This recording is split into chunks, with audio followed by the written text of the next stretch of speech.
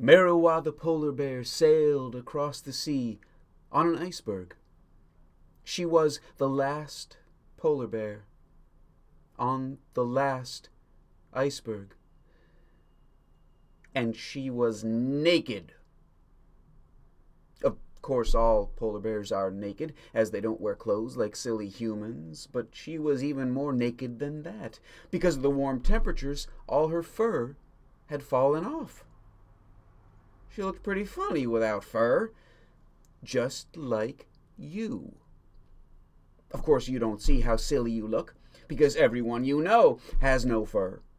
But go ask a bonobo or a gorilla what humans look like.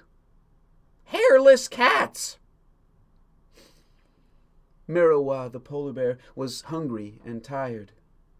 She had been alone on her iceberg for a week. She was in walking hibernation, saving her strength.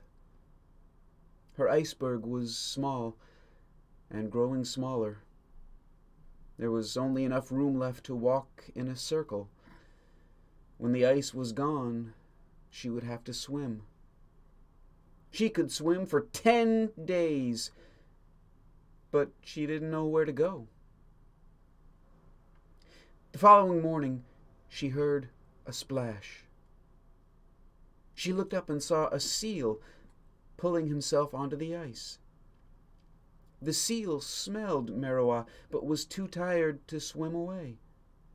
His name was Gaspar, and he'd been swimming for 6 weeks.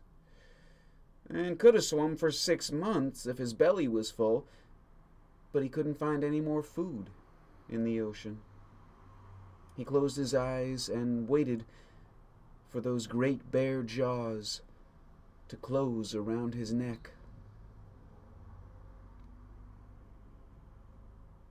But Merriwa just pulled Gaspar all the way onto the ice. She licked him. And even though she had gobbled up hundreds of seals before, she was too sad to eat. So she lay down and pulled the exhausted Gaspar to her chest. They fell asleep together. An hour later, they awoke to the sounds of splashing. They saw a lifeboat approach, its 2 oars being paddled furiously. There was a lone human in the boat, with torn clothes and wild eyes. She had been paddling for days, and the sun had baked her brain. She shouted, "Chrysanthemums! I need chrysanthemums! If I can mix extract of chrysanthemum with baby tears and 3 sticks of gum and splash it over the moon, the ice will freeze again. And then, if we get a tube of black salve, I can line my stomach so I can drink all the water in the world and filter the pollution out. I'll pee fresh ocean water. It'll work, it'll work, it'll work. Do you have chrysanthemums?" She was waving her arms in jabbering joy. Just then, Mirjam, the last orca, burst out of the water, leaping clear over the boat and grabbing the woman as she sailed past. They disappeared beneath the surface. When the water had settled,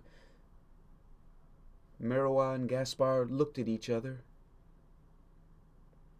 Then they climbed into the lifeboat, where they found 2 crates of sardines, which the woman hadn't eaten because she was a vegetarian. After a happy feast, Gaspar and Merriwa took another nap together.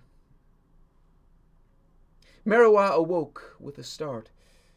When her breathing settled down, she realized she wasn't in a lifeboat.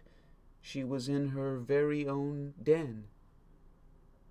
And she wasn't naked. Nor was she cuddling Gaspar the seal. She was cuddling her baby twins.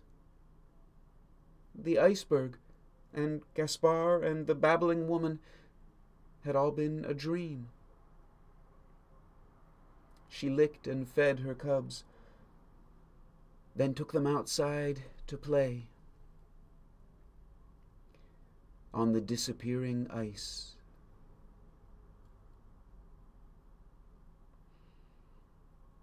The end.